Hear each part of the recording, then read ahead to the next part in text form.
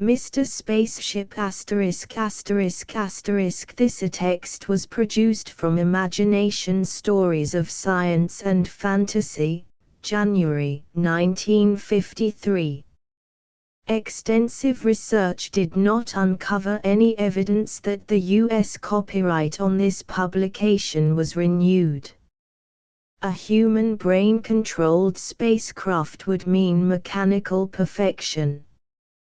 This was accomplished, and something unforeseen, a strange entity called Mr. Spaceship by Philip K. Dick, a brain in liquid with a trail coming out of it leading to a spaceship. Left side image, right side image. Kramer leaned back. You can see the situation. How can we deal with a factor like this? The perfect variable. Perfect. Prediction should still be possible. A living thing still acts from necessity, the same as inanimate material. But the cause-effect chain is more subtle, there are more factors to be considered. The difference is quantitative, I think. The reaction of the living organism parallels natural causation, but with greater complexity. Gross and Kramer looked up at the board plates, suspended on the wall, still dripping, the images hardening into place. Kramer traced a line with his pencil. See that? It's a pseudopodium. They're alive, and so far, a weapon we can't beat. No mechanical system can compete with that, simple or intricate. We'll have to scrap the Johnson control and find something else. Meanwhile, the war continues as it is. Stalemate. Checkmate. They can't get to us, and we can't get through their living minefield. Kramer nodded. It's a perfect defense, for them. But there still might be one answer. What's that? Wait a minute. Kramer turned to his rocket expert, sitting with the charts and files. The heavy cruiser that returned this week. It didn't actually touch, did it? It came close, but there was no contact. Correct. The expert nodded. The mine was 20 miles off. The cruiser was in space drive, moving directly toward Proxima, line straight, using the Johnson control, of course. It had deflected a quarter of an hour earlier for reasons unknown. Later it resumed its course. That was when they got it. It shifted, Kramer said. But not enough. The mine was coming along after it, trailing it. It's the same old story, but I wonder about the contact. Here's our theory, the expert said.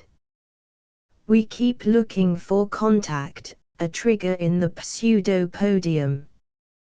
But more likely we're witnessing a psychological phenomena, a decision without any physical correlative. We're watching for something that isn't there. The mine decides to blow up. It sees our ship, approaches, and then decides. Thanks. Kramer turned to Gross. Well, that confirms what I'm saying. How can a ship guided by automatic relays escape a mine that decides to explode? The whole theory of mine penetration is that you must avoid tripping the trigger. But here the trigger is a state of mind in a complicated, developed life form. The belt is 50,000 miles deep, Gross added. It solves another problem for them: repair and maintenance. The damn things reproduce, fill up the spaces by spawning into them. I wonder what they feed on. Probably the remains of our first line. The big cruisers must be a delicacy. It's a game of wits, between a living creature and a ship piloted by automatic relays. The ship always loses. Kramer opened a folder. I'll tell you what I suggest. Go on, Gross said. I've already heard 10 solutions today. What's yours? Mine is very simple. These creatures are superior to any mechanical system, but only because they're alive. Almost any other life form could compete with them, any higher life form. If the Yuks can put out living mines to protect their planets, we ought to be able to harness some of our own life forms in a similar way. Let's make use of the same weapon ourselves. Which life form do you propose to use? I think the human brain is the most agile of known living forms. Do you know of any better? But no human being can withstand outspace travel. A human pilot would be dead of heart failure long before the ship got anywhere near Proxima. But we don't need the whole body, Kramer said. We need only the brain. What?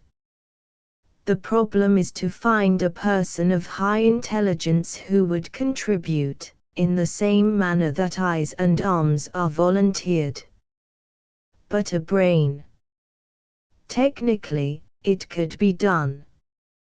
Brains have been transferred several times, when body destruction made it necessary. Of course, to a spaceship, to a heavy outspace cruiser, instead of an artificial body, that's new. The room was silent. It's quite an idea, Gross said slowly. His heavy square face twisted. But even supposing it might work, the big question is whose brain? It was all very confusing, the reasons for the war, the nature of the enemy. The Yukoni had been contacted on one of the outlying planets of Proxima Centauri. At the approach of the Terran ship, a host of dark slim pencils had lifted abruptly and shot off into the distance. The first real encounter came between 3 of the Yuk pencils and a single exploration ship from Terra. No Terrans survived. After that it was all-out war, with no holds barred. Both sides feverishly constructed defense rings around their systems. Of the two, the Yukoni belt was the better. The ring around Proxima was a living ring, superior to anything Terra could throw against it. The standard equipment by which Terran ships were guided in outspace, the Johnson control, was not adequate. Something more was needed. Automatic relays were not good enough. Not good at all, Kramer thought to himself, as he stood looking down the hillside at the work going on below him. A warm wind blew along the hill, rustling the weeds and grass. At the bottom, in the valley, the mechanics had almost finished. The last elements of the reflex system had been removed from the ship and crated up. All that was needed now was the new core, the new central key that would take the place of the mechanical system. A human brain, the brain of an intelligent, wary human being. But would the human being part with it? That was the problem. Kramer turned. Two people were approaching him along the road, a man and a woman. The man was gross, expressionless, heavy-set, walking with dignity. The woman was, he stared in surprise and growing annoyance. It was Dolores, his wife. Since they'd separated he had seen little of her. Kramer Gross said. Look who I ran into. Come back down with us. We're going into town. Hello, Phil, Dolores said. Well, aren't you glad to see me? He nodded. How have you been? You're looking fine. She was still pretty and slender in her uniform, the blue-gray of internal security, gross organization. Thanks. She smiled. You seem to be doing all right, too. Commander Gross tells me that you're responsible for this project, Operation Head, as they call it. Whose head have you decided on? That's the problem. Kramer lit a cigarette. This ship is to be equipped with a human brain instead of the Johnson system. We've constructed special draining baths for the brain, electronic relays to catch the impulses and magnify them, a continual feeding duct that supplies the living cells with everything they need. But we still haven't got the brain itself, Gross finished. They began to walk back toward the car. If we can get that, we'll be ready for the tests. Will the brain remain alive? Dolores asked. Is it actually going to live as part of the ship? It will be alive, but not conscious. Very little life is actually conscious. Animals, trees, insects are quick in their responses, but they aren't conscious. In this process of ours, the individual personality, the ego, will cease. We only need the responsibility, nothing more. Dolores shuddered. How terrible. In time of war everything must be tried, Kramer said absently. If one life sacrificed will end the war, it's worth it. This ship might get through. A couple more like it and there wouldn't be any more war. They got into the car. As they drove down the road, Gross said, Have you thought of anyone yet? Kramer shook his head. That's out of my line. What do you mean? I'm an engineer. It's not in my department. But all this was your idea. My work ends there. Gross was staring at him oddly. Kramer shifted uneasily. Then who is supposed to do it? Gross said. I can have my organization prepare examinations of various kinds, to determine fitness, that kind of thing. Listen, Phil, Dolores said suddenly. What? She turned toward him. I have an idea. Do you remember that professor we had in college? Michael Thomas. Kramer nodded. I wonder if he's still alive. Dolores frowned. If he is, he must be awfully old. Why, Dolores? Gross asked. Perhaps an old person who didn't have much time left, but whose mind was still clear and sharp, Professor Thomas. Kramer rubbed his jaw. He certainly was a wise old duck. but could he still be alive? He must have been 70, then. We could find that out, Gross said. I could make a routine check.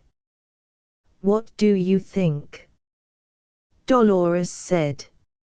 If any human mind could outwit those creatures, I don't like the idea, Kramer said. In his mind an image had appeared, the image of an old man sitting behind a desk, his bright gentle eyes moving about the classroom. The old man leaning forward, a thin hand raised.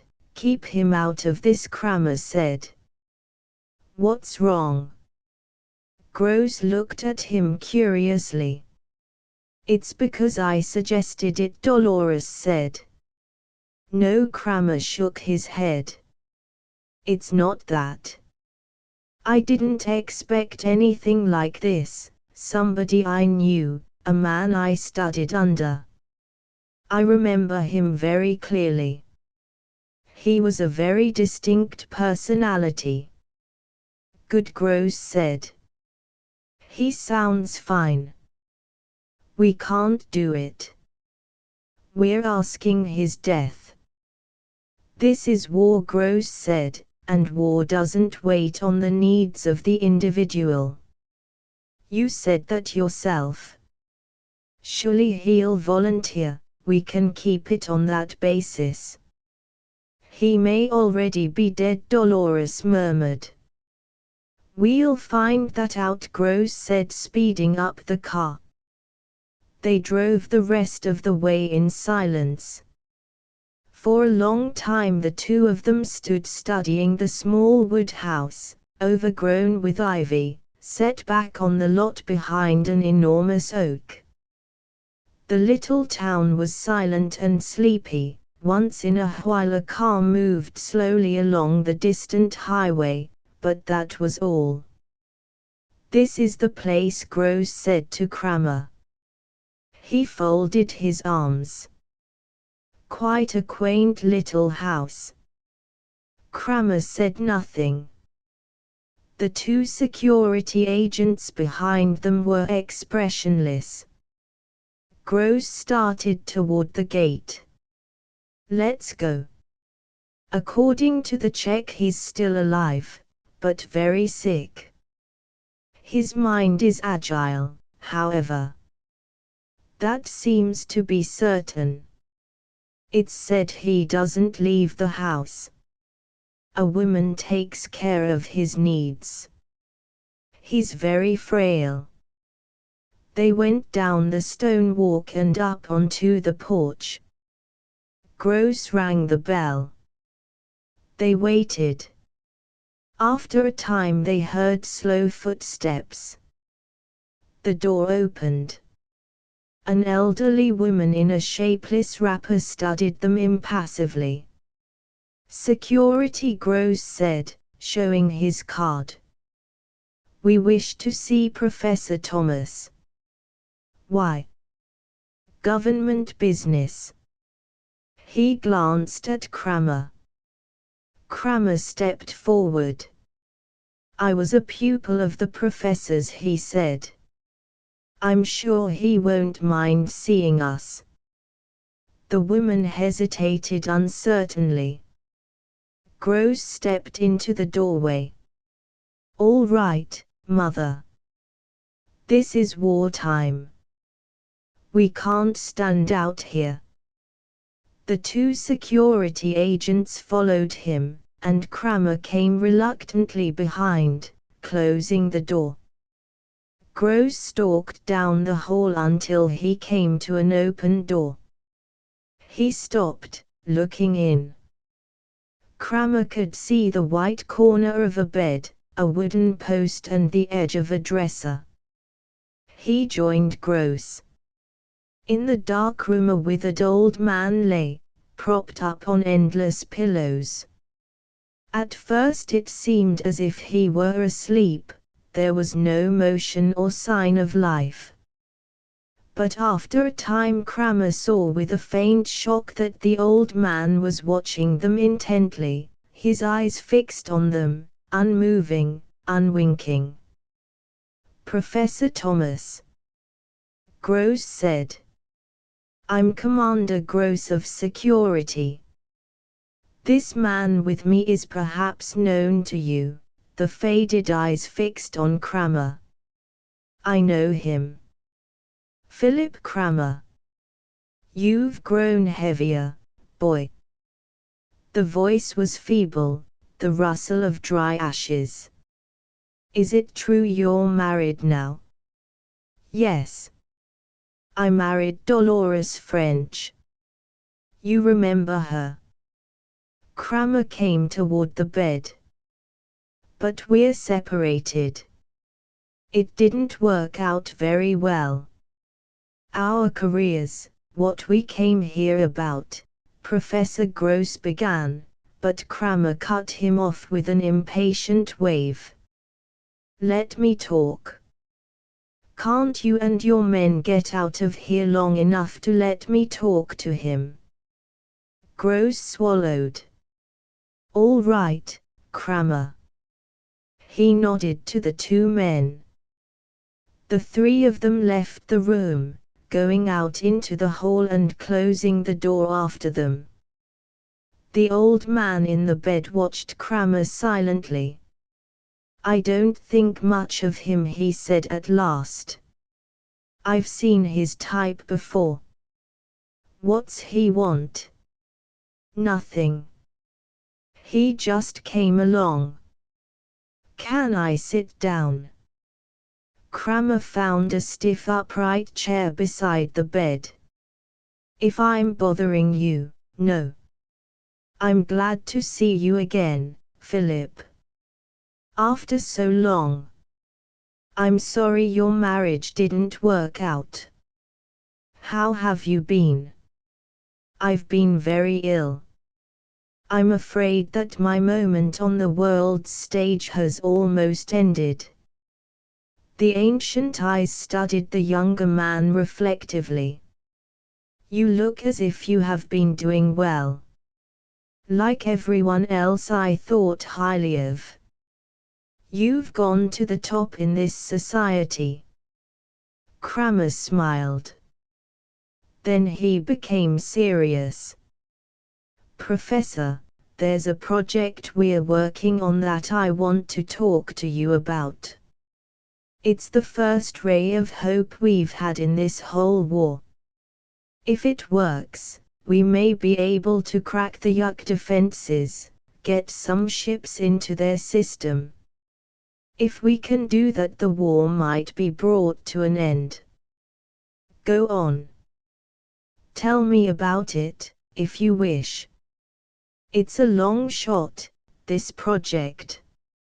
It may not work at all, but we have to give it a try." "It's obvious that you came here because of it," Professor Thomas murmured.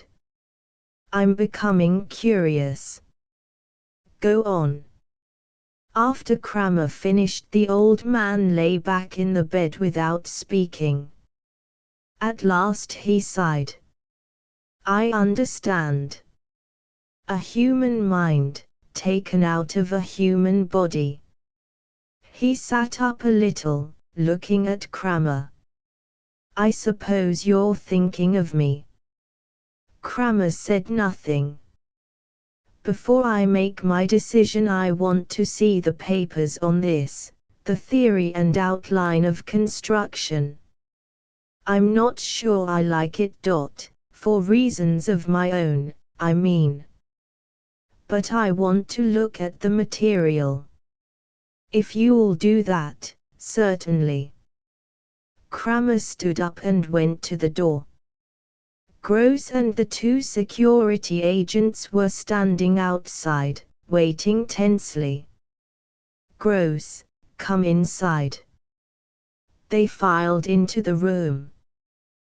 "Give the professor the papers," Kramer said. "He wants to study them before deciding."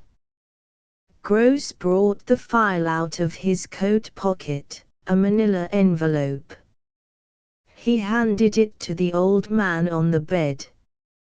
Here it is, Professor. You're welcome to examine it. Will you give us your answer as soon as possible? We're very anxious to begin, of course. I'll give you my answer when I've decided. He took the envelope with a thin, trembling hand. My decision depends on what I find out from these papers. If I don't like what I find, then I will not become involved with this work in any shape or form. He opened the envelope with shaking hands. I'm looking for one thing. What is it? Gross said.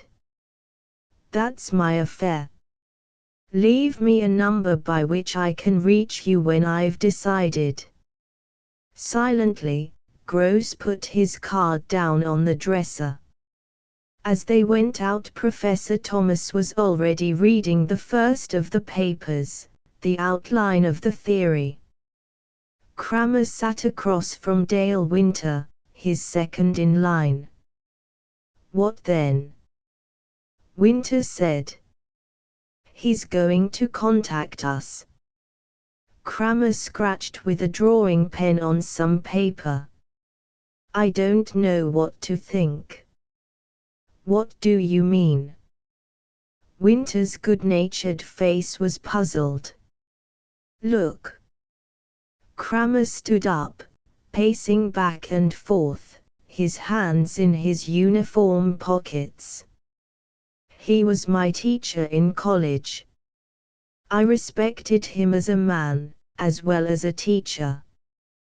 He was more than a voice, a talking book. He was a person, a calm, kindly person I could look up to. I always wanted to be like him, someday. Now look at me. So. Look at what I'm asking. I'm asking for his life, as if he were some kind of laboratory animal kept around in a cage, not a man, a teacher at all. Do you think he'll do it? I don't know. Cramer went to the window. He stood looking out. In a way, I hope not. But if he doesn't, then we'll have to find somebody else. I know. There would be somebody else. Why did Dolores have to? The vidphone rang. Cramer pressed the button. This is gross. The heavy features formed. The old man called me. Professor Thomas. What did he say? He knew, he could tell already, by the sound of Gross' voice. He said he'd do it. I was a little surprised myself, but apparently he means it. We've already made arrangements for his admission to the hospital. His lawyer is drawing up the statement of liability. Cramer only half heard. He nodded wearily. All right. I'm glad. I suppose we can go ahead, then. You don't sound very glad. I wonder why he decided to go ahead with it. He was very certain about it. Gross sounded pleased. He called me quite early. I was still in bed. You know, this calls for a celebration. Sure, Cramer said. It sure does. Toward the middle of August the project neared completion. They stood outside in the hot autumn heat, looking up at the sleek metal sides of the ship. Gross thumped the metal with his hand.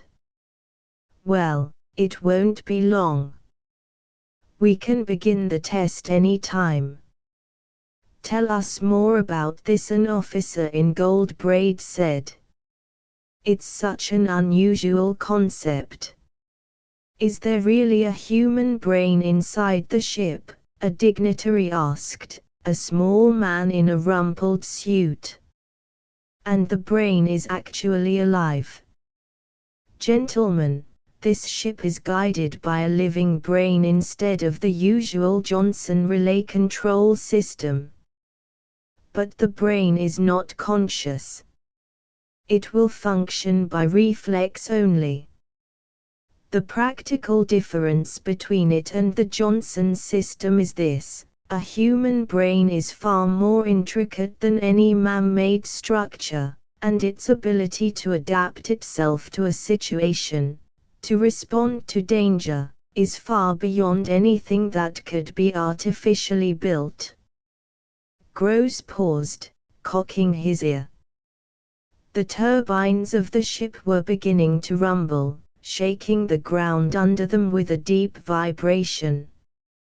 Kramer was standing a short distance away from the others, his arms folded, watching silently.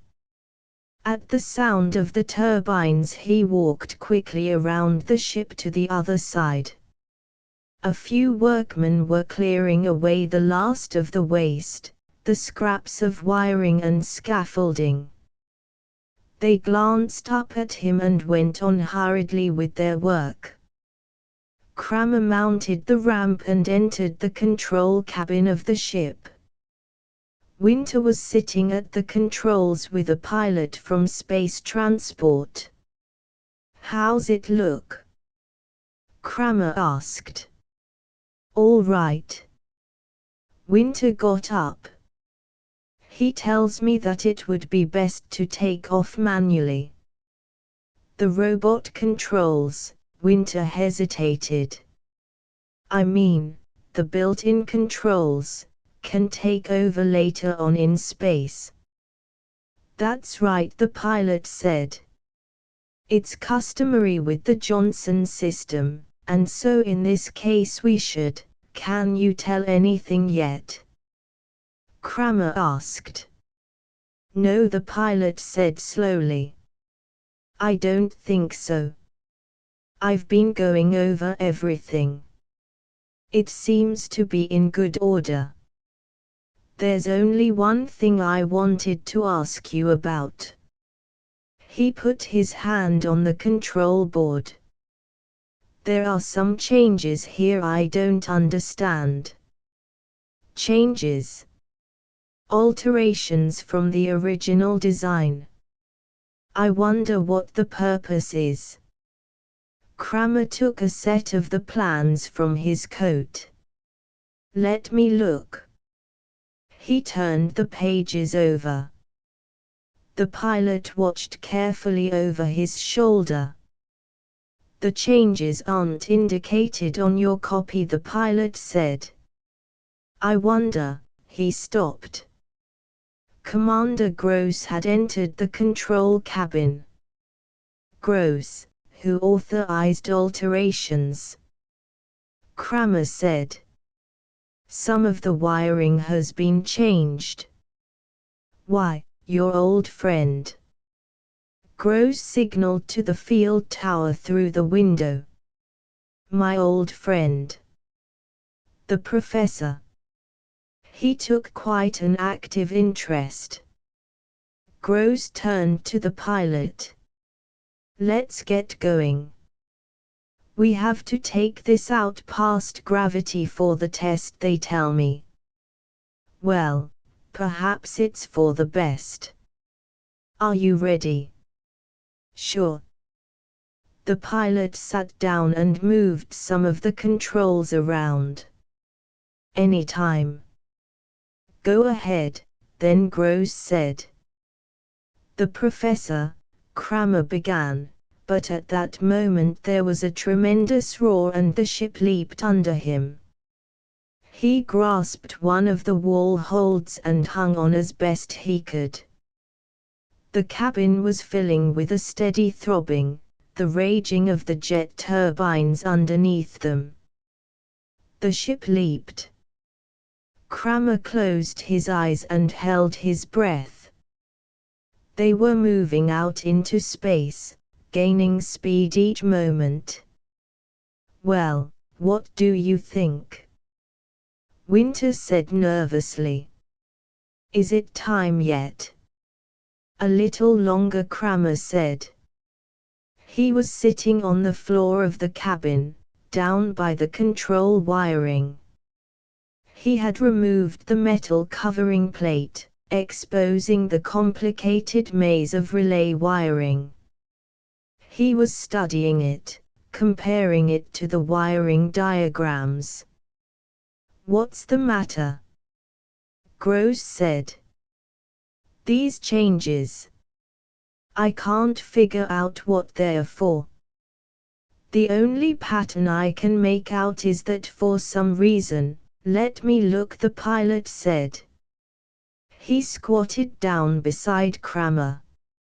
"You were saying. See this lead here? Originally it was switch controlled.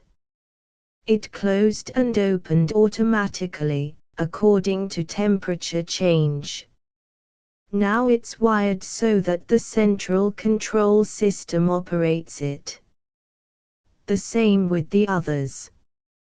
A lot of this was still mechanical, worked by pressure, temperature, stress. Now it's under the central master. The brain." Gross said. "You mean it's been altered so that the brain manipulates it?" Kramer nodded. Maybe Professor Thomas felt that no mechanical relays could be trusted. Maybe he thought that things would be happening too fast. But some of these could close in a split second. The brake rockets could go on as quickly as, "Hey," Winter said from the control seat. "We're getting near the moon stations. What'll I do?" They looked out the port. The corroded surface of the moon gleamed up at them, a corrupt and sickening sight. They were moving swiftly toward it. "I'll take it," the pilot said. He eased Winter out of the way and strapped himself in place. The ship began to move away from the moon as he manipulated the controls. Down below them they could see the observation stations dotting the surface, and the tiny squares that were the openings of the underground factories and hangars. A red blinker winked up at them and the pilot's fingers moved on the board in answer. "We're past the moon," the pilot said, after a time. The moon had fallen behind them, the ship was heading into outer space. "Well, we can go ahead with it." Kramer did not answer. "Mr. Kramer, we can go ahead any time." Kramer started. "Sorry. I was thinking." "All right, thanks." He frowned, deep in thought. "What is it?" Gross asked. "The wiring changes. Did you understand the reason for them when you gave the okay to the workmen?" Gross flushed. "You know I know nothing about technical material. I'm in security." "Then you should have consulted me." "What does it matter?" Gross grinned wryly. "We're going to have to start putting our faith in the old man sooner or later." The pilot stepped back from the board. His face was pale and set. "Well, it's done," he said. "That's it." "What's done?" Kramer said. "We're on automatic." "The brain." I turned the board over to it, to him, I mean. "The old man." The pilot lit a cigarette and puffed nervously. Let's keep our fingers crossed. The ship was coasting evenly, in the hands of its invisible pilot. Far down inside the ship, carefully armored and protected, a soft human brain lay in a tank of liquid, 1,000-minute electric charges playing over its surface. As the charges rose, they were picked up and amplified, fed into relay systems, advanced, carried on through the entire ship. Gross wiped his forehead nervously. So he is running it, now. I hope he knows what he's doing. Kramer nodded enigmatically. I think he does. What do you mean? Nothing. Kramer walked to the port. I see we're still moving in a straight line. He picked up the microphone. We can instruct the brain orally, through this. He blew against the microphone experimentally. Go on, Winter said. Bring the ship around half right, Kramer said. Decrease speed. They waited. Time passed. Gross looked at Kramer. No change. Nothing. Wait. Slowly, the ship was beginning to turn. The turbines missed, reducing their steady beat. The ship was taking up its new course, adjusting itself. Nearby, some space debris rushed past, incinerating in the blasts of the turbine jets. So far so good, Gross said. They began to breathe more easily. The invisible pilot had taken control smoothly, calmly. The ship was in good hands. Kramer spoke a few more words into the microphone, and they swung again. Now they were moving back the way they had come, toward the moon. Let's see what he does when we enter the moon's pool, Kramer said. He was a good mathematician, the old man. He could handle any kind of problem. The ship veered, turning away from the moon. The great eaten-away globe fell behind them. Gross breathed a sigh of relief. That's that. One more thing. Kramer picked up the microphone. Return to the moon and land the ship at the first space field, he said into it. Good Lord, Winter murmured. Why are you? Be quiet.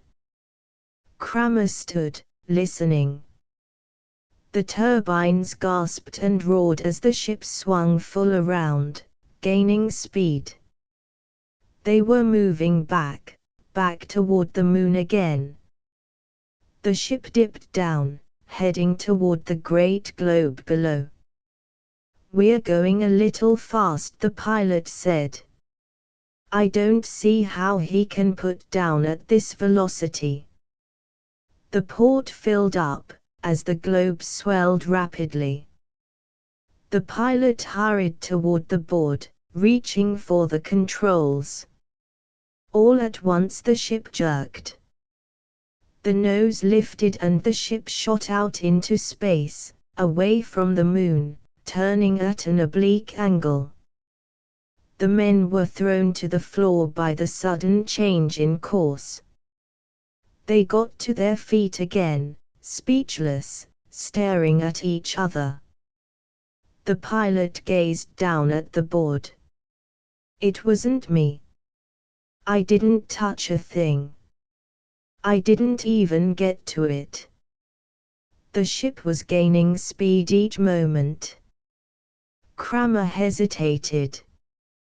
Maybe you better switch it back to manual. The pilot closed the switch. He took hold of the steering controls and moved them experimentally. Nothing. He turned around. Nothing. It doesn't respond. No one spoke. You can see what has happened, Kramer said calmly. The old man won't let go of it, now that he has it.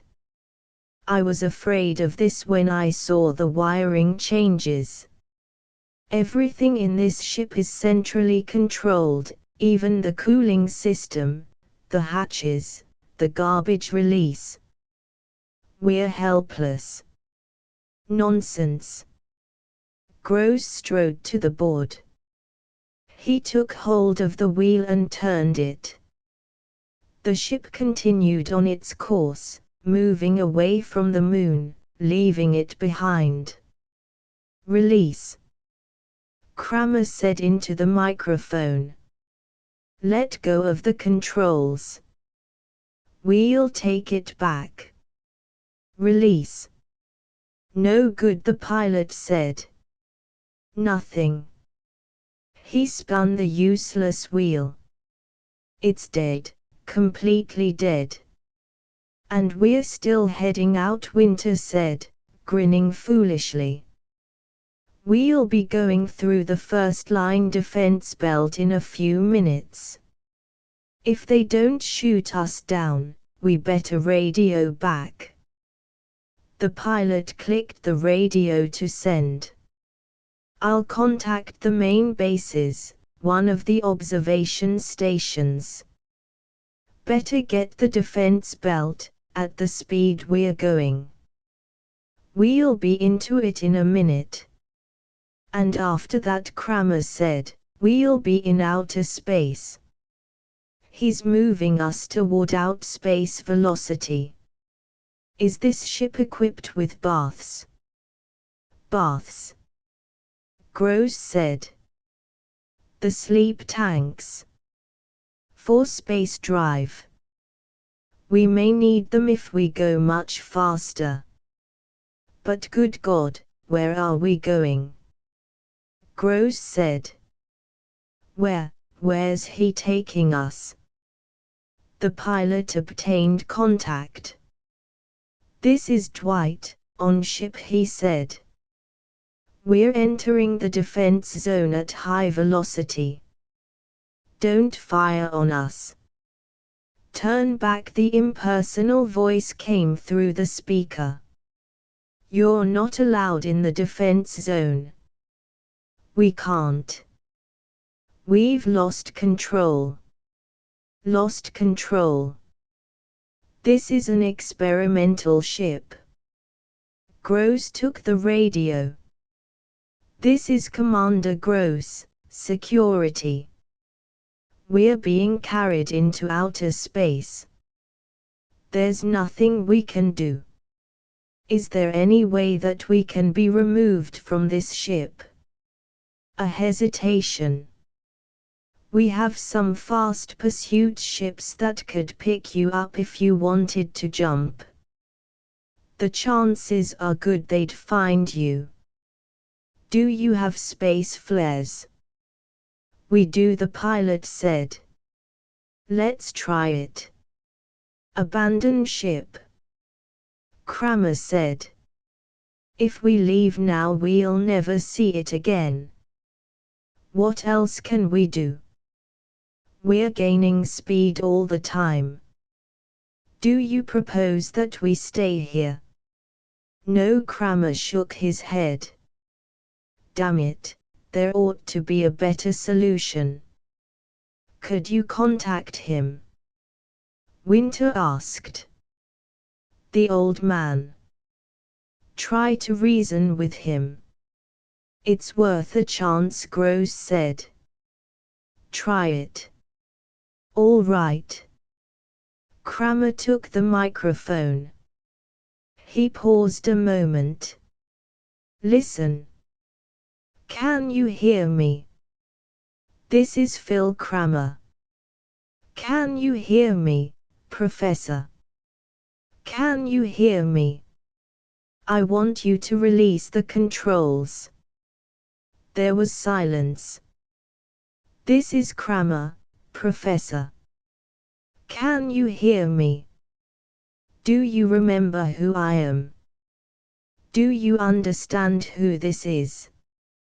Above the control panel, the wall speaker made a sound, a sputtering static. They looked up. Can you hear me, Professor? This is Philip Kramer. I want you to give the ship back to us. If you can hear me, release the controls. Let go, Professor. Let go.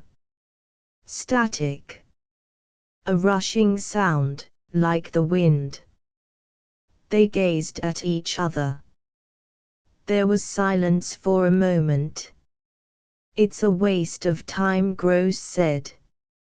No, listen. The sputter came again. Then, mixed with the sputter, almost lost in it, a voice came, toneless, without inflection, a mechanical, lifeless voice from the metal speaker in the wall, above their heads. Is it you, Philip? I can't make you out. Darkness. Who's there? With you, it's me, Kramer. His fingers tightened against the microphone handle. You must release the controls, Professor. We have to get back to Terra. You must. Silence. Then the faint, faltering voice came again, a little stronger than before. Kramer. Everything's so strange. I was right, though. Consciousness result of thinking. Necessary result. Cognito ergo sum. Retain conceptual ability. Can you hear me? Yes, Professor, I altered the wiring. Control. I was fairly certain. I wonder if I can do it. Try. Suddenly the air conditioning snapped into operation. It snapped abruptly off again. Down the corridor a door slammed. Something thudded. The men stood listening. Sounds came from all sides of them, switches shutting, opening. The lights blinked off, they were in darkness. The lights came back on, and at the same time the heating coils dimmed and faded. Good God! Winter said. Water poured down on them, the emergency firefighting system. There was a screaming rush of air. One of the escape hatches had slid back, and the air was roaring frantically out into space. The hatch banged closed. The ship subsided into silence. The heating coils glowed into life. As suddenly as it had begun, the weird exhibition ceased. I can do everything. The dry, toneless voice came from the wall speaker. It is all controlled. Kramer, I wish to talk to you. I've been thinking. I haven't seen you in many years. A lot to discuss. You've changed, boy. We have much to discuss. Your wife. The pilot grabbed Kramer's arm. There's a ship standing off our bow. Look. They ran to the port. A slender pale craft was moving along with them, keeping pace with them. It was signal blinking. A Terran pursuit ship, the pilot said. Let's jump. They'll pick us up. Suits. He ran to a supply cupboard and turned the handle. The door opened and he pulled the suits out onto the floor. Hurry, Gross said. A panic seized them. They dressed frantically, pulling the heavy garments over them. Winter staggered to the escape hatch and stood by it, waiting for the others. They joined him, one by one. Let's go, Gross said. Open the hatch. Winter tugged at the hatch. Help me. They grabbed hold, tugging together. Nothing happened. The hatch refused to budge. Get a crowbar, the pilot said. Hasn't anyone got a blaster? Gross looked frantically around. Damn it, blast it open. Pull, Kramer grated. Pull together. Are you at the hatch? The toneless voice came, drifting and eddying through the corridors of the ship.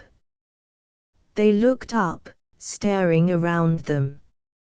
I sense something nearby, outside. A ship. You are leaving, all of you. Kramer, you are leaving, too. Very unfortunate. I had hoped we could talk.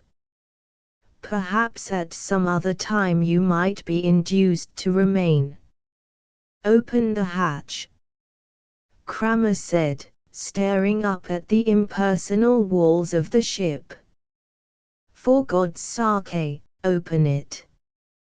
There was silence, an endless pause.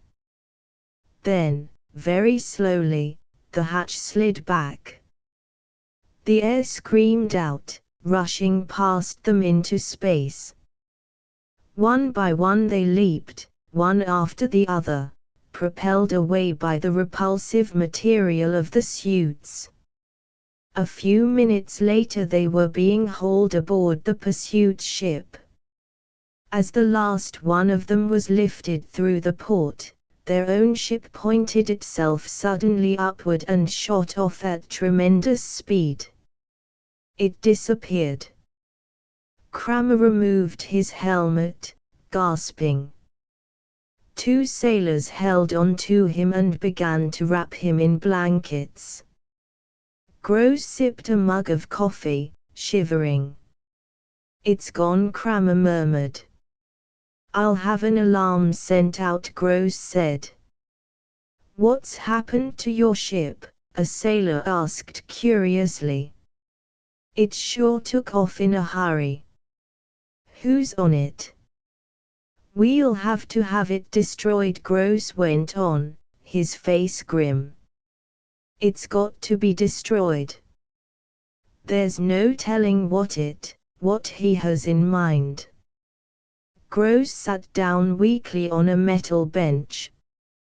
What a close call for us. We were so damn trusting. What could he be planning? Kramer said, half to himself. It doesn't make sense. I don't get it. As the ship sped back toward the moon base, they sat around the table in the dining room, sipping hot coffee and thinking, not saying very much. Look here, Gross said at last. What kind of man was Professor Thomas? What do you remember about him? Kramer put his coffee mug down. It was 10 years ago. I don't remember much. It's vague. He let his mind run back over the years. He and Dolores had been at Hunt College together, in physics and the life sciences. The college was small and set back away from the momentum of modern life. He had gone there because it was his hometown, and his father had gone there before him. Professor Thomas had been at the college a long time, as long as anyone could remember. He was a strange old man, keeping to himself most of the time. There were many things that he disapproved of, but he seldom said what they were. Do you recall anything that might help us? Gross asked. Anything that would give us a clue as to what he might have in mind? Kramer nodded slowly. I remember one thing. One day he and the professor had been sitting together in the school chapel, talking leisurely. Well, you'll be out of school soon, the professor had said. What are you going to do? Work at one of the government research projects, I suppose. And eventually. What's your ultimate goal? Kramer had smiled. The question is unscientific. It presupposes such things as ultimate ends. Suppose instead along these lines, then, what if there were no war and no government research projects? What would you do, then? I don't know. But how can I imagine a hypothetical situation like that? There's been war as long as I can remember. We're geared for war. I don't know what I'd do. I suppose I'd adjust, get used to it. The professor had stared at him. Oh, you do think you'd get accustomed to it, eh? Well, I'm glad of that. And you think you could find something to do? Gross listened intently. What do you infer from this, Kramer? Not much. Except that he was against war. We're all against war, Gross pointed out. True. But he was withdrawn, set apart.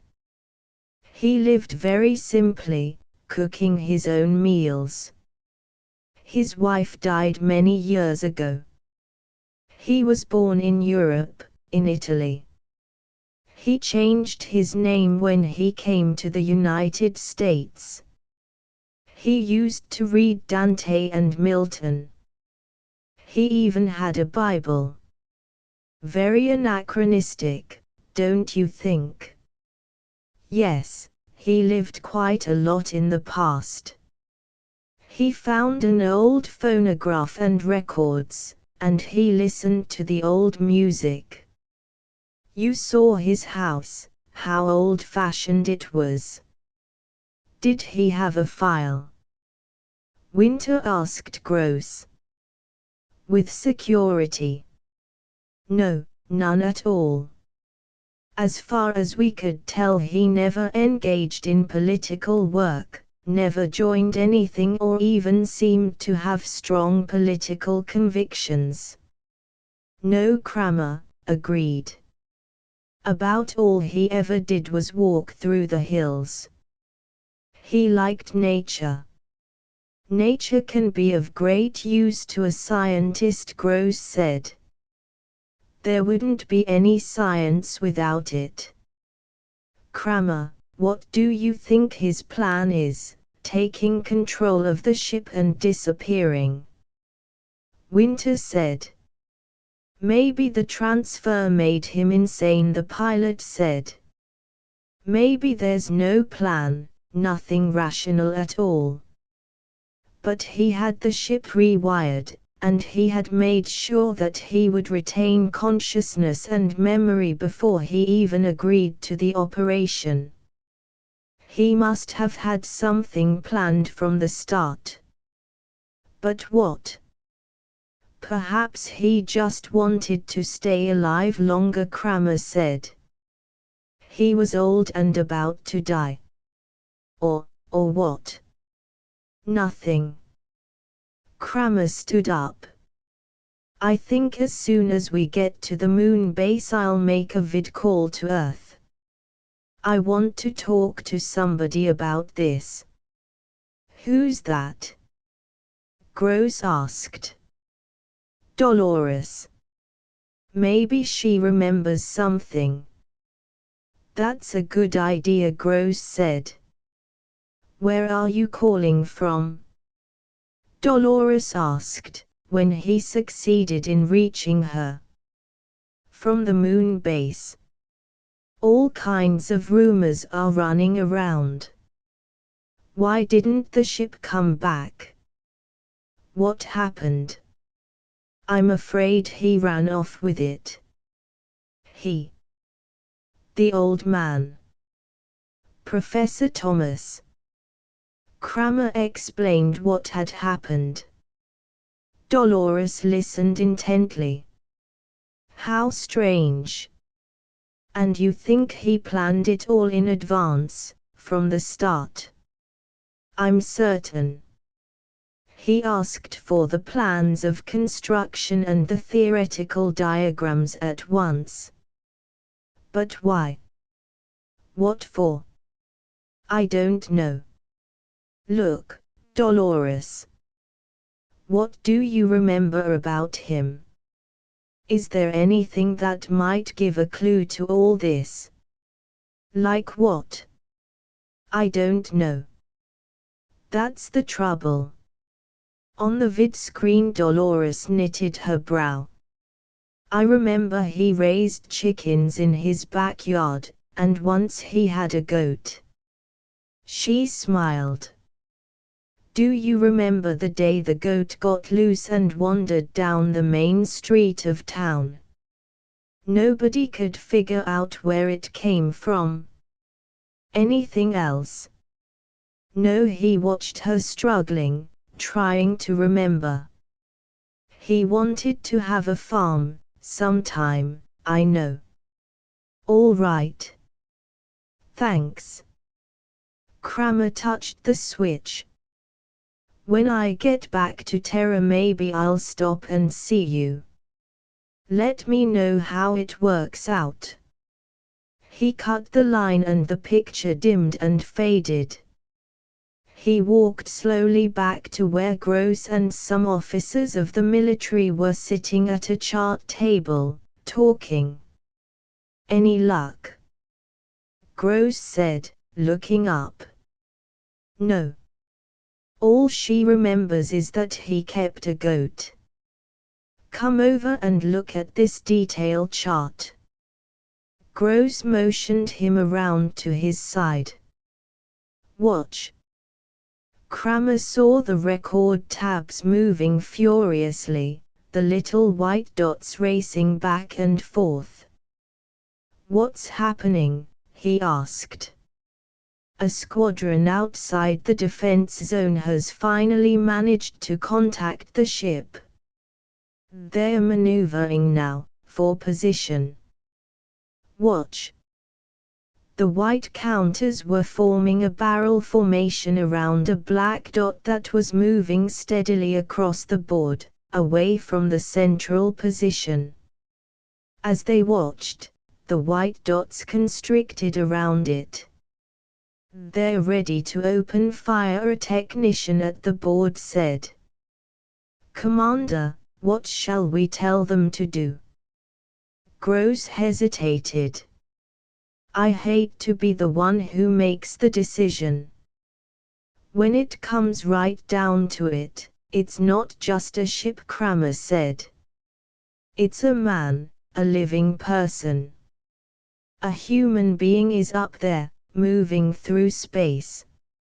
I wish we knew what, but the order has to be given. We can't take any chances. Suppose he went over to them, to the Yuks. Kramer's jaw dropped. My God, he wouldn't do that. Are you sure? Do you know what he'll do? He wouldn't do that. Gross turned to the technician. Tell them to go ahead.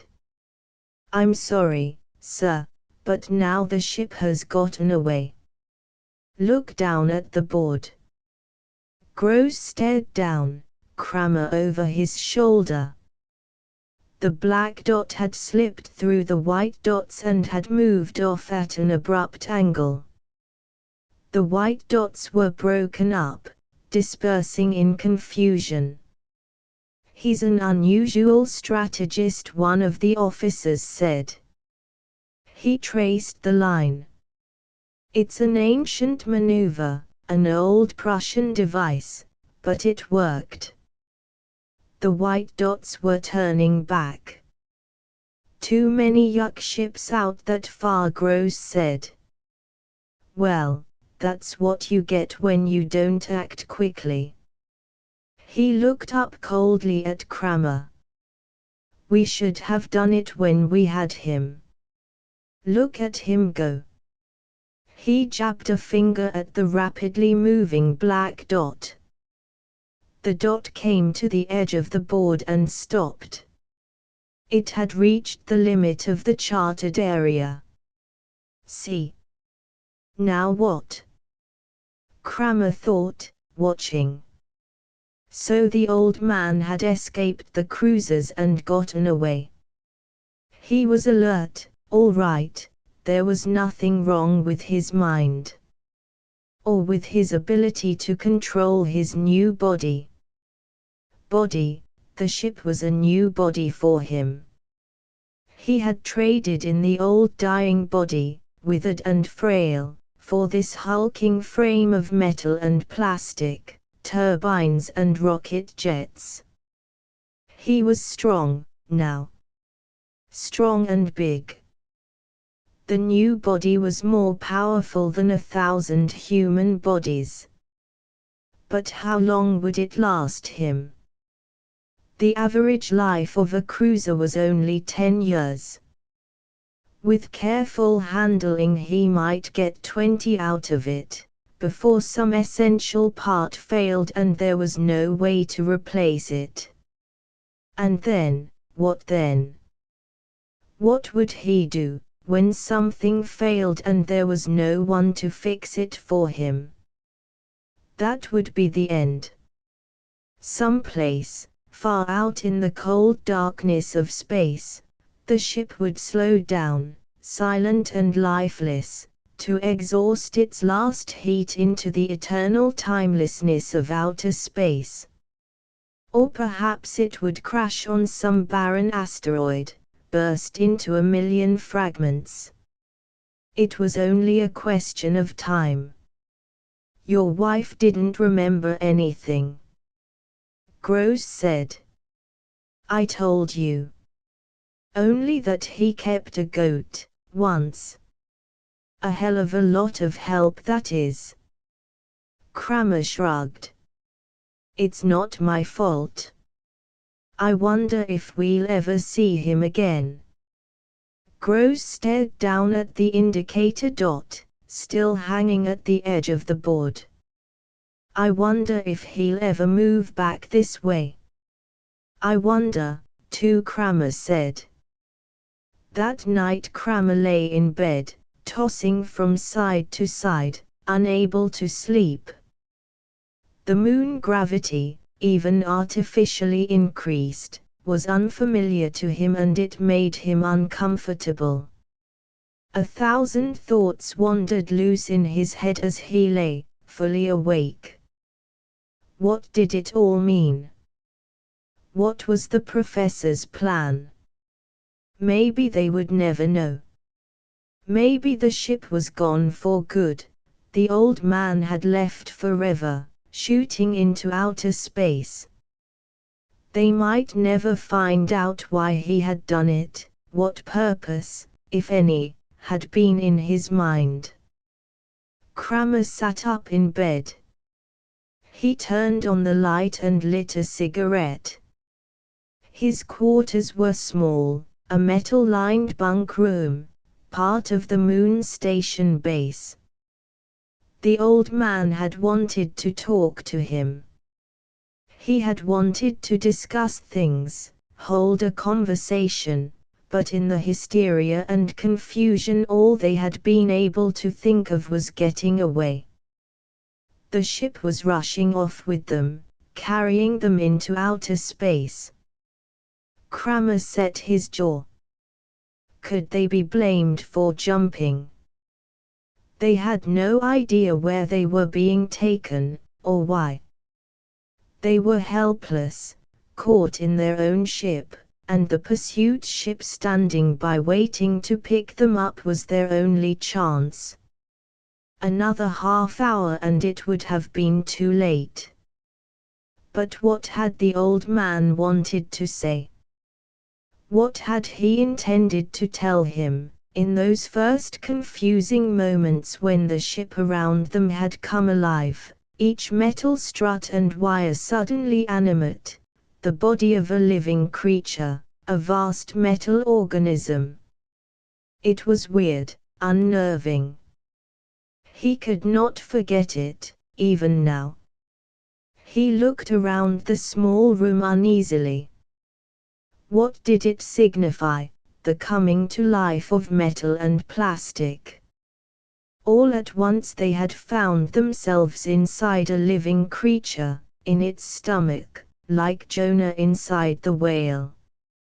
It had been alive, and it had talked to them, talked calmly and rationally, as it rushed them off, faster and faster into outer space. The wall speaker and circuit had become the vocal cords and mouth, the wiring the spinal cord and nerves, the hatches and relays and circuit breakers the muscles. They had been helpless, completely helpless. The ship had, in a brief second, stolen their power away from them and left them defenseless, practically at its mercy. It was not right, it made him uneasy. All his life he had controlled machines, bent nature and the forces of nature to man and man's needs. The human race had slowly evolved until it was in a position to operate things, run them as it saw fit. Now all at once it had been plunged back down the ladder again, prostrate before a power against which they were children. Kramer got out of bed. He put on his bathrobe and began to search for a cigarette.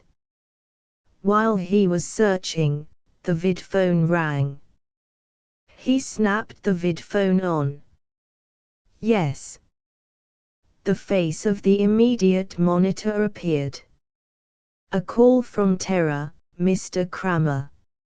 An emergency call. Emergency call. For me. Put it through. Kramer came awake, brushing his hair back out of his eyes. Alarm plucked at him. From the speaker a strange voice came. Philip Kramer. Is this Kramer? Yes. Go on. This is General Hospital, New York City, Terra. Mr. Kramer, your wife is here. She has been critically injured in an accident. Your name was given to us to call. Is it possible for you to, how badly? Kramer gripped the vidphone stand. Is it serious? Yes, it's serious, Mr. Kramer. Are you able to come here? The quicker you can come the better. Yes. Kramer nodded. I'll come. Thanks.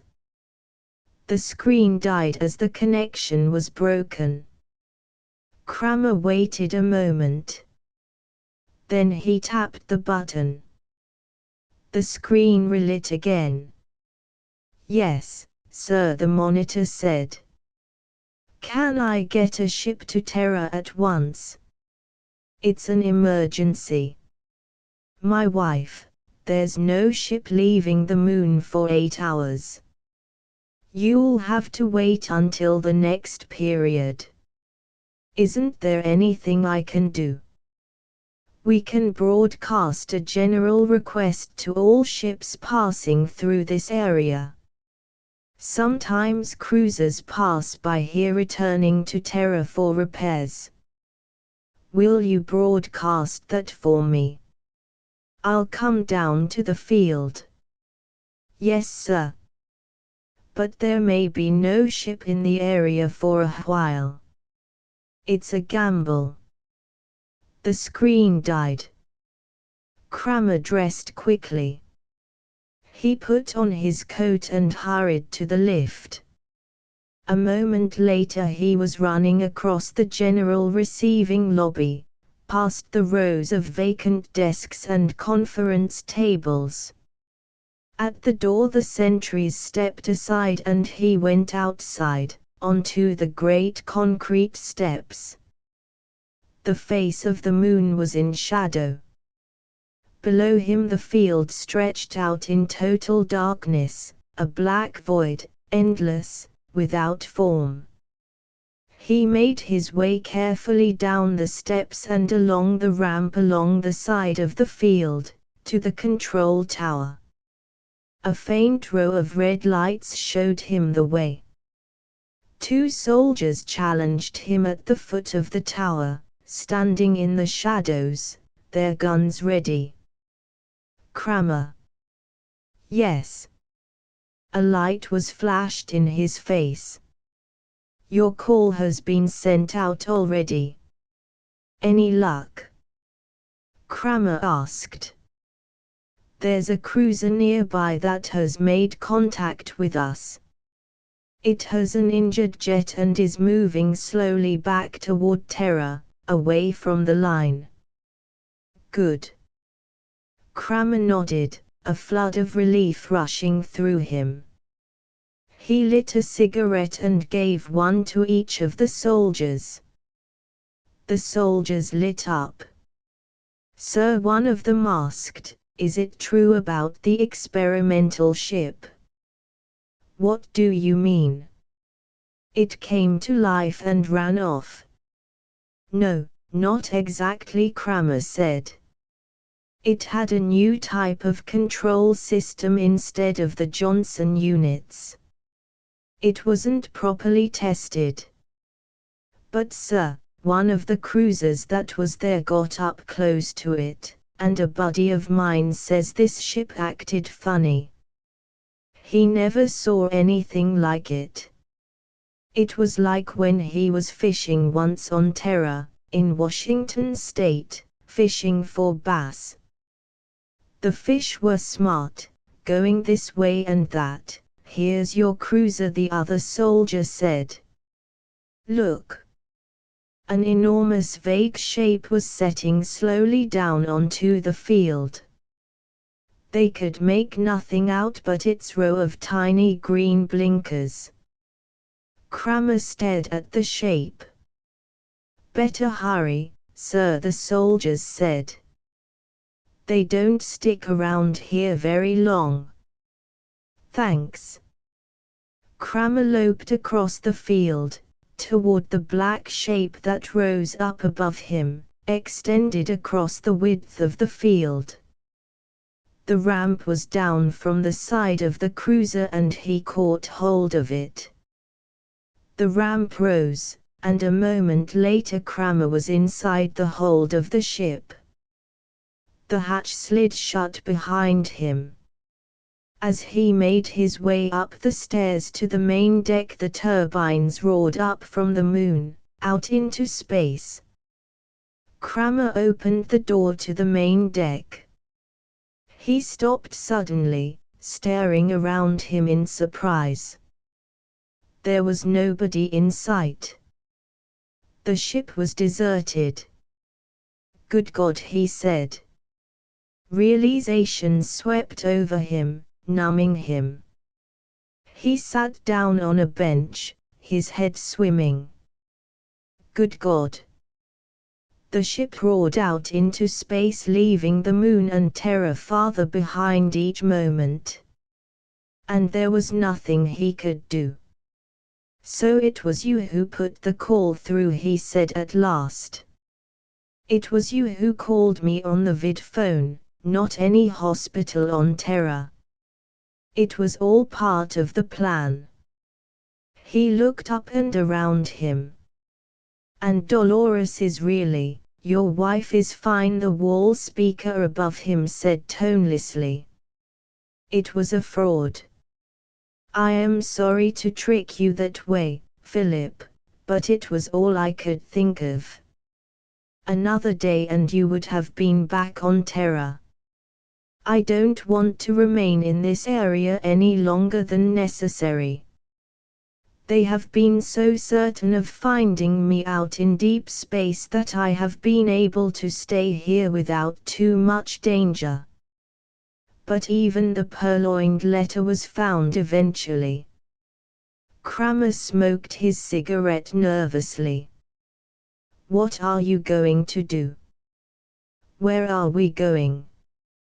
First, I want to talk to you. I have many things to discuss. I was very disappointed when you left me, along with the others.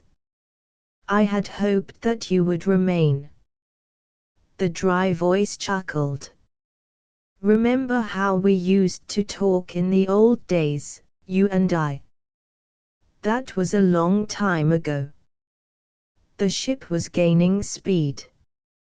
It plunged through space at tremendous speed, rushing through the last of the defense zone and out beyond. A rush of nausea made Kramer bend over for a moment. When he straightened up, the voice from the wall went on, I'm sorry to step it up so quickly, but we are still in danger. Another few moments and we'll be free. How about yuck ships? Aren't they out here? I've already slipped away from several of them. They're quite curious about me. Curious. They sense that I'm different, more like their own organic minds. They don't like it. I believe they will begin to withdraw from this area, soon. Apparently they don't want to get involved with me. They're an odd race, Philip. I would have liked to study them closely, try to learn something about them. I'm of the opinion that they use no inert material. All their equipment and instruments are alive, in some form or other. They don't construct or build at all. The idea of making is foreign to them. They utilize existing forms. Even their ships, where are we going? Kramer said. I want to know where you are taking me. Frankly, I'm not certain. You're not certain. I haven't worked some details out. There are a few vague spots in my program, still. But I think that in a short while I'll have them ironed out. What is your program? Kramer said. It's really very simple. But don't you want to come into the control room and sit? The seats are much more comfortable than that metal bench. Kramer went into the control room and sat down at the control board. Looking at the useless apparatus made him feel strange. What's the matter? The speaker above the board rasped. Kramer gestured helplessly. I'm powerless. I can't do anything. And I don't like it. Do you blame me? No. No, I don't blame you. But you'll get your control back, soon. Don't worry. This is only a temporary expedient, taking you off this way. It was something I didn't contemplate. I forgot that orders would be given out to shoot me on sight. It was a gross idea. I don't doubt that. My conception, my plan, came to me as soon as you began to describe your project, that day at my house. I saw at once that you were wrong. You people have no understanding of the mind at all. I realized that the transfer of a human brain from an organic body to a complex artificial spaceship would not involve the loss of the intellectualization faculty of the mind. When a man thinks, he is. When I realized that, I saw the possibility of an age-old dream becoming real. I was quite elderly when I first met you, Philip. Even then my lifespan had come pretty much to its end. I could look ahead to nothing but death, and with it the extinction of all my ideas. I had made no mark on the world, none at all. My students, one by one, passed from me into the world, to take up jobs in the great research project, the search for better and bigger weapons of war. The world has been fighting for a long time, first with itself, then with the Martians, then with these beings from Proxima Centauri, whom we know nothing about. The human society has evolved war as a cultural institution, like the science of astronomy, or mathematics. War is a part of our lives, a career, a respected vocation. Bright, alert young men and women move into it, putting their shoulders to the wheel as they did in the time of Nebuchadnezzar. It has always been so. But is it innate in mankind? I don't think so. No social custom is innate. There were many human groups that did not go to war. The Eskimos never grasped the idea at all, and the American Indians never took to it well. But these dissenters were wiped out, and a cultural pattern was established that became the standard for the whole planet. Now it has become ingrained in us. But if someplace along the line some other way of settling problems had arisen and taken hold, something different than the massing of men and material to, what's your plan? Kramer said. I know the theory. It was part of one of your lectures. Yes, buried in a lecture on plant selection, as I recall. When you came to me with this proposition, I realized that perhaps my conception could be brought to life, after all. If my theory were right that war is only a habit, not an instinct, a society built up apart from terror with a minimum of cultural roots might develop differently. If it failed to absorb our outlook, if it could start out on another foot, it might not arrive at the same point to which we have come, a dead end, with nothing but greater and greater wars in sight, until nothing is left but ruin and destruction everywhere. Of course, there would have to be a watcher to guide the experiment, at first. A crisis would undoubtedly come very quickly, probably in the second generation. Cain would arise almost at once. You see, Kramer, I estimate that if I remain at rest most of the time, on some small planet or moon, I may be able to keep functioning for almost 100 years. That would be time enough, sufficient to see the direction of the new colony. After that, well, after that it would be up to the colony itself. Which is just as well, of course. Man must take control eventually, on his own. 100 years. And after that they will have control of their own destiny. Perhaps I am wrong, Perhaps war is more than a habit. Perhaps it is a law of the universe, that things can only survive as groups by group violence.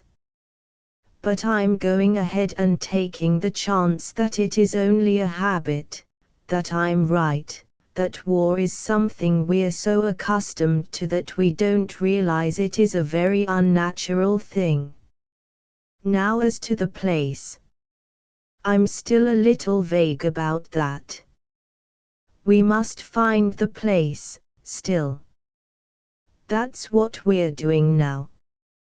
You and I are going to inspect a few systems off the beaten path, planets where the trading prospects are low enough to keep Terran ships away. I know of one planet that might be a good place. It was reported by the Fairchild expedition in their original manual. We may look into that, for a start. The ship was silent. Kramer sat for a time, staring down at the metal floor under him. The floor throbbed dully with the motion of the turbines. At last he looked up. You might be right. Maybe our outlook is only a habit. Kramer got to his feet. But I wonder if something has occurred to you.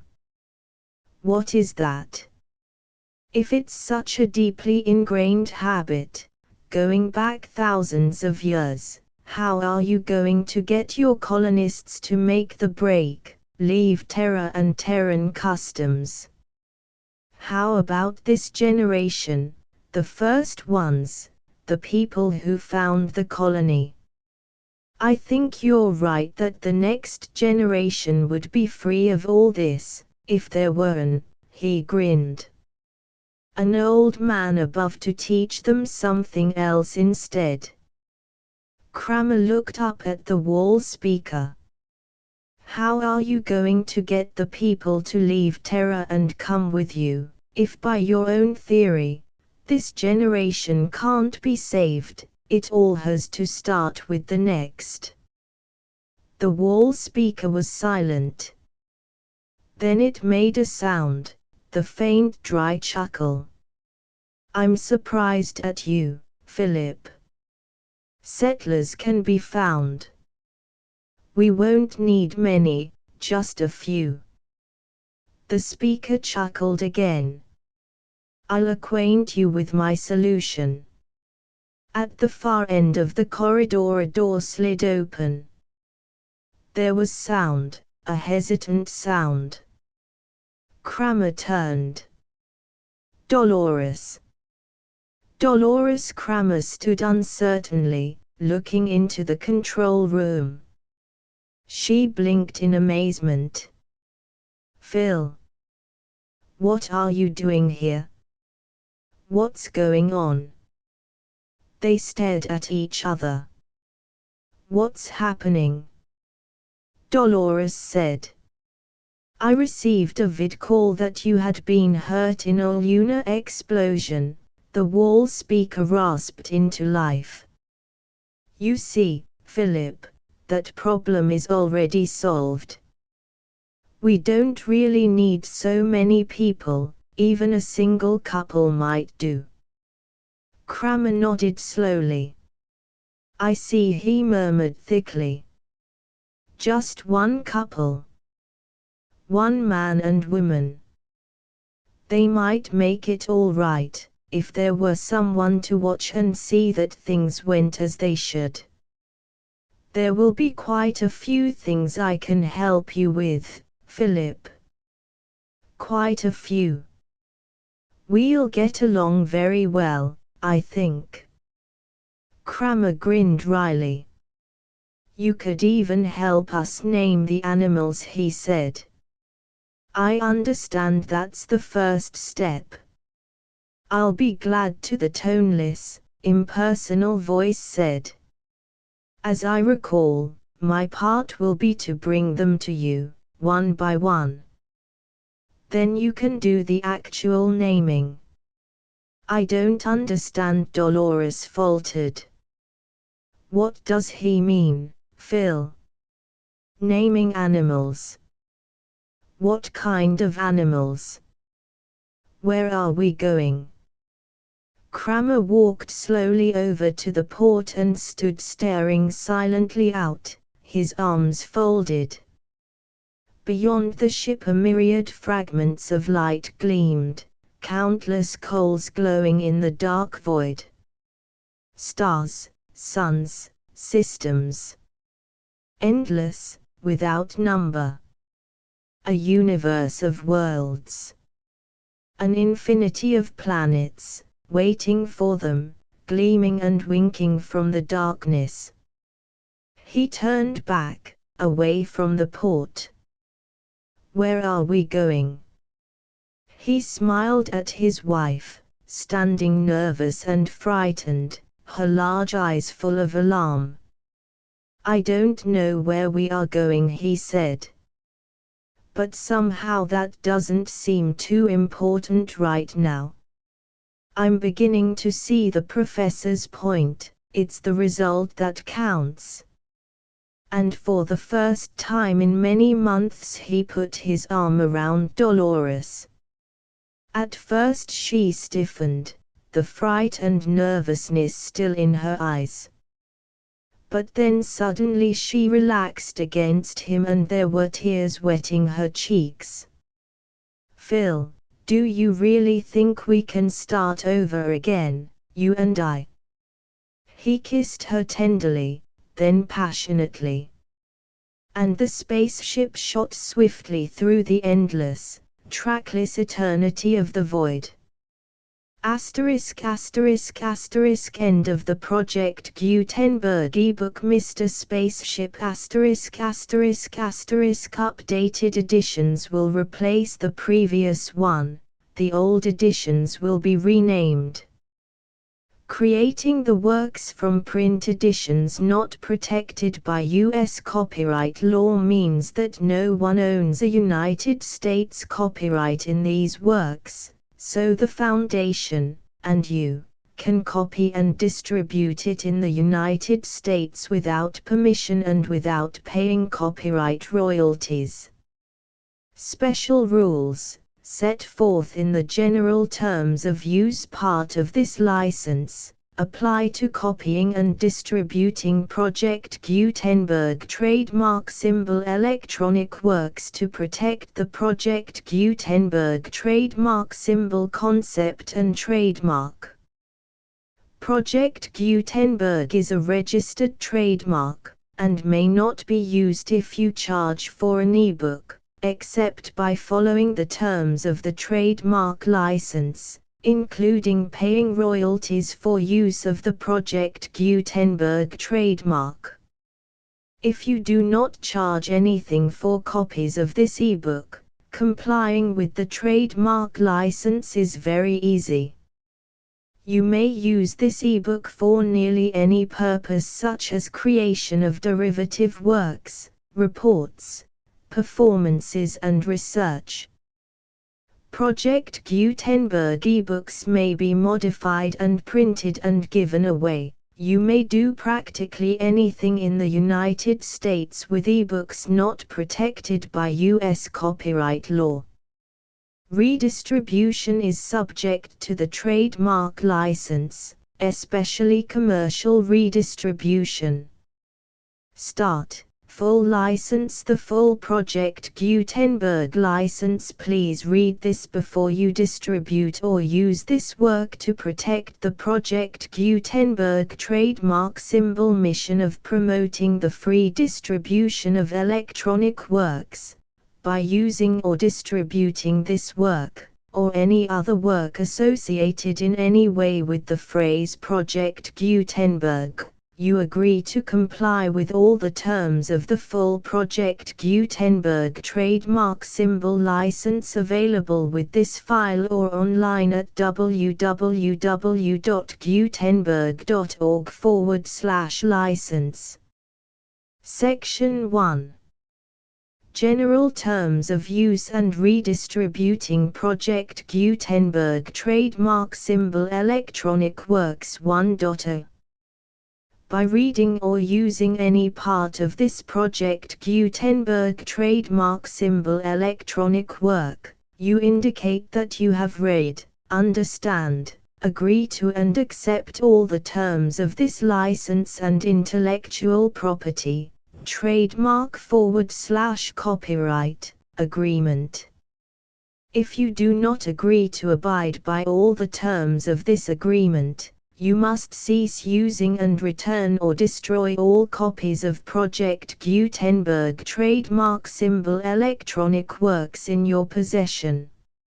If you paid a fee for obtaining a copy of or access to a Project Gutenberg trademark symbol electronic work and you do not agree to be bound by the terms of this agreement, you may obtain a refund from the person or entity to whom you paid the fee as set forth in paragraph 1.e.8. 1.b Project Gutenberg is a registered trademark. It may only be used on or associated in any way with an electronic work by people who agree to be bound by the terms of this agreement. There are a few things that you can do with most Project Gutenberg trademark symbol electronic works even without complying with the full terms of this agreement. See paragraph 1.c below. There are a lot of things you can do with Project Gutenberg trademark symbol electronic works if you follow the terms of this agreement and help preserve free future access to Project Gutenberg trademark symbol electronic works. See paragraph 1.e below. 1.c. The Project Gutenberg Literary Archive Foundation, the Foundation or PGLAF, owns a compilation copyright in the collection of Project Gutenberg trademark symbol electronic works. Nearly all the individual works in the collection are in the public domain in the United States. If an individual work is unprotected by copyright law in the United States and you are located in the United States, we do not claim a right to prevent you from copying, distributing, performing, displaying or creating derivative works based on the work as long as all references to Project Gutenberg are removed.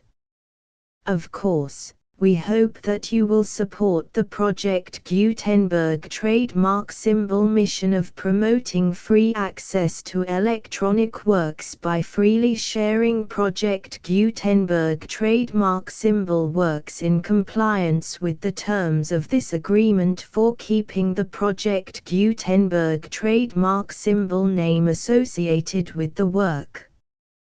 You can easily comply with the terms of this agreement by keeping this work in the same format with its attached full Project Gutenberg trademark symbol license when you share it without charge with others. 1.d. The copyright laws of the place where you are located also govern what you can do with this work. Copyright laws in most countries are in a constant state of change. If you are outside the United States, check the laws of your country in addition to the terms of this agreement before downloading, copying, displaying, performing, distributing or creating derivative works based on this work or any other Project Gutenberg trademark symbol work. The Foundation makes no representations concerning the copyright status of any work in any country other than the United States. 1.e Unless you have removed all references to Project Gutenberg, 1.e.1. The following sentence, with active links to, or other immediate access to, The full Project Gutenberg trademark symbol license must appear prominently whenever any copy of a Project Gutenberg trademark symbol work, any work on which the phrase Project Gutenberg appears, or with which the phrase Project Gutenberg is associated, is accessed, displayed, performed, viewed, copied or distributed.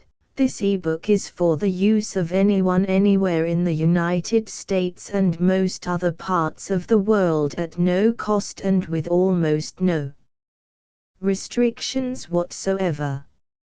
You may copy it, give it away or reuse it under the terms of the Project Gutenberg license included with this ebook or online at www.gutenberg.org.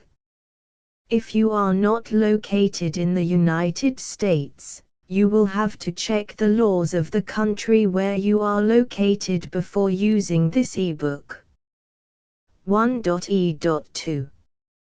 If an individual Project Gutenberg trademark symbol electronic work is derived from texts not protected by U.S. copyright law, does not contain a notice indicating that it is posted with permission of the copyright holder, the work can be copied and distributed to anyone in the United States without paying any fees or charges.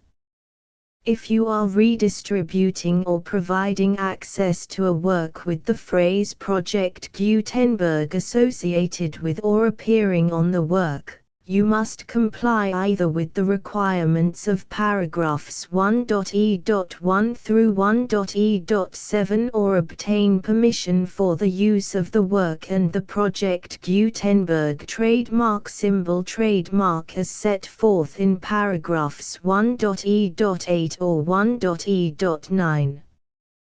1.e.3. If an individual Project Gutenberg trademark symbol electronic work is posted with the permission of the copyright holder, your use and distribution must comply with both paragraphs 1.e.1 through 1.e.7 and any additional terms imposed by the copyright holder. Additional terms will be linked to the Project Gutenberg trademark symbol license for all works posted with the permission of the copyright holder found at the beginning of this work. 1.e.4. Do not unlink or detach or remove the full Project Gutenberg trademark symbol license terms from this work, or any files containing a part of this work or any other work associated with Project Gutenberg trademark symbol. 1.e.5. Do not copy, display, perform, distribute or redistribute this electronic work, or any part of this electronic work, without prominently displaying the sentence set forth in paragraph 1.e.1 with active links or immediate access to the full terms of the Project Gutenberg trademark symbol license. 1.e.6. You may convert to and distribute this work in any binary, compressed, marked up, non-proprietary or proprietary form, including any word processing or hypertext form. However, if you provide access to or distribute copies of a Project Gutenberg trademark symbol work in a format other than plain vanilla ASCII or other format used in the official version posted on the official Project Gutenberg trademark symbol website, www.gutenberg.org, you must, at no additional cost, fee or expense to the user, provide a copy, a means of exporting a copy, or a means of obtaining a copy upon request, of the work in its original plain vanilla ASCII or other form. Any alternate format must include the full Project Gutenberg trademark symbol license as specified in paragraph 1.e.1. 1.e.7. Do not charge a fee for access to, viewing, displaying, performing, copying or distributing any Project Gutenberg trademark symbol works unless you comply with paragraph 1.e.8 or 1.e.9. 1.e.8. You may charge a reasonable fee for copies of or providing access to or distributing Project Gutenberg trademark symbol electronic works provided that you pay a royalty fee of 20% of the gross profits you derive from the use of Project Gutenberg trademark symbol works calculated using the method you already use to calculate your applicable taxes. The fee is owed to the owner of the Project Gutenberg trademark symbol trademark, but he has agreed to donate royalties under this paragraph to the Project Gutenberg Literary Archive Foundation. Royalty payments must be paid within 60 days following each date on which you prepare, or are legally required to prepare, your periodic tax returns.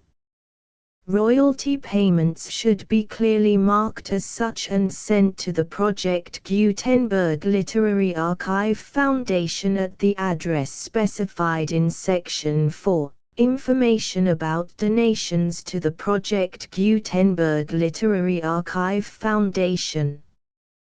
You provide a full refund of any money paid by a user who notifies you in writing, or by email, within 30 days of receipt that he does not agree to the terms of the full Project Gutenberg trademark symbol license. You must require such a user to return or destroy all copies of the works possessed in a physical medium and discontinue all use of and all access to other copies of Project Gutenberg trademark symbol works.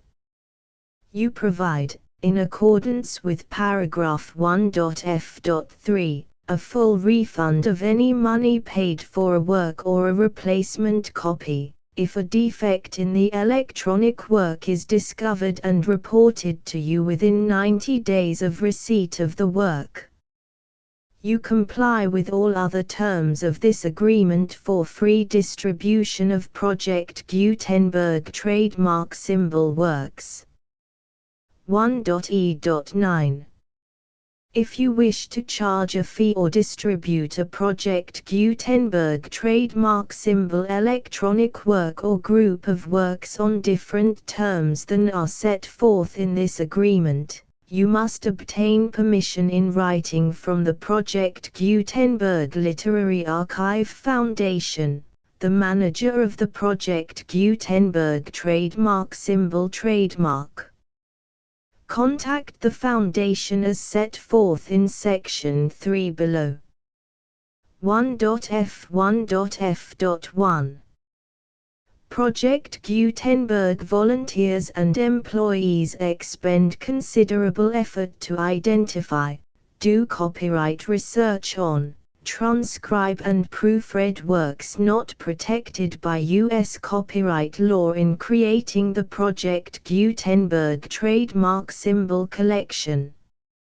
Despite these efforts, Project Gutenberg trademark symbol electronic works, and the medium on which they may be stored, may contain defects such as, but not limited to, incomplete, inaccurate or corrupt data, transcription errors, a copyright or other intellectual property infringement, a defective or damaged disk or other medium, a computer virus, or computer codes that damage or cannot be read by your equipment. 1.f.2. Limited warranty, disclaimer of damages. except for the right of replacement or refund described in paragraph 1.f.3, the Project Gutenberg Literary Archive Foundation, the owner of the Project Gutenberg trademark symbol trademark, and any other party distributing a Project Gutenberg trademark symbol electronic work under this agreement, disclaim all liability to you for damages, costs and expenses, including legal fees. You agree that you have no remedies for negligence, strict liability, breach of warranty or breach of contract except those provided in paragraph 1.f.3. You agree that the Foundation, the trademark owner, and any distributor under this agreement will not be liable to you for actual, direct, indirect, consequential, punitive or incidental damages even if you give notice of the possibility of such damage. 1.f.3. Limited right of replacement or refund. If you discover a defect in this electronic work within 90 days of receiving it, you can receive a refund of the money, if any, you paid for it by sending a written explanation to the person you received the work from. If you received the work on a physical medium, you must return the medium with your written explanation. The person or entity that provided you with the defective work may elect to provide a replacement copy in lieu of a refund. If you received the work electronically, the person or entity providing it to you may choose to give you a second opportunity to receive the work electronically in lieu of a refund. If the second copy is also defective, you may demand a refund in writing without further opportunities to fix the problem. 1.f.4. Except for the limited right of replacement or refund set forth in paragraph 1.f.3, this work is provided to you as is, with no other warranties of any kind, express or implied, including but not limited to warranties of merchantability or fitness for any purpose. 1.f.5. Some states do not allow disclaimers of certain implied warranties or the exclusion or limitation of certain types of damages. If any disclaimer or limitation set forth in this agreement violates the law of the state applicable to this agreement, the agreement shall be interpreted to make the maximum disclaimer or limitation permitted by the applicable state law. The invalidity or unenforceability of any provision of this agreement shall not void the remaining provisions. 1.f.6. Indemnity. You agree to indemnify and hold the Foundation, the trademark owner, any agent or employee of the Foundation, anyone providing copies of Project Gutenberg trademark symbol electronic works in accordance with this agreement, and any volunteers associated with the production, promotion and distribution of Project Gutenberg trademark symbol electronic works, harmless from all liability, costs and expenses, including legal fees, that arise directly or indirectly from any of the following which you do or cause to occur. A. Distribution of this or any Project Gutenberg trademark symbol work. B. Alteration, modification, or additions or deletions to any Project Gutenberg trademark symbol work, and C. Any defect you cause. Section 2. Information about the mission of Project Gutenberg trademark symbol. Project Gutenberg trademark symbol is synonymous with the free distribution of electronic works in formats readable by the widest variety of computers, including obsolete, old, middle-aged and new computers. It exists because of the efforts of hundreds of volunteers and donations from people in all walks of life. Volunteers and financial support to provide volunteers with the assistance they need are critical to reaching Project Gutenberg trademark symbol's goals and ensuring that the Project Gutenberg trademark symbol collection will remain freely available for generations to come. In 2001, the Project Gutenberg Literary Archive Foundation was created to provide a secure and permanent future for Project Gutenberg trademark symbol and future generations. To learn more about the Project Gutenberg Literary Archive Foundation and how your efforts and donations can help, see sections 3 and 4 and the Foundation information page at www.gutenberg.org. Section 3. Information about the Project Gutenberg Literary Archive Foundation. The Project Gutenberg Literary Archive Foundation is a non-profit 501(c)(3) educational corporation organized under the laws of the state of Mississippi and granted tax-exempt status by the Internal Revenue Service. The Foundation's IN or Federal Tax Identification Number is 64-6221541. Contributions to the Project Gutenberg Literary Archive Foundation are tax-deductible to the full extent permitted by U.S. federal laws and your state's laws. The Foundation's business office is located at 809 North 1500 West, Salt Lake City, UT 84116, 801-596-1887. Email contact links and up-to-date contact information can be found at the Foundation's website and official page at www.gutenberg.org/contact section 4.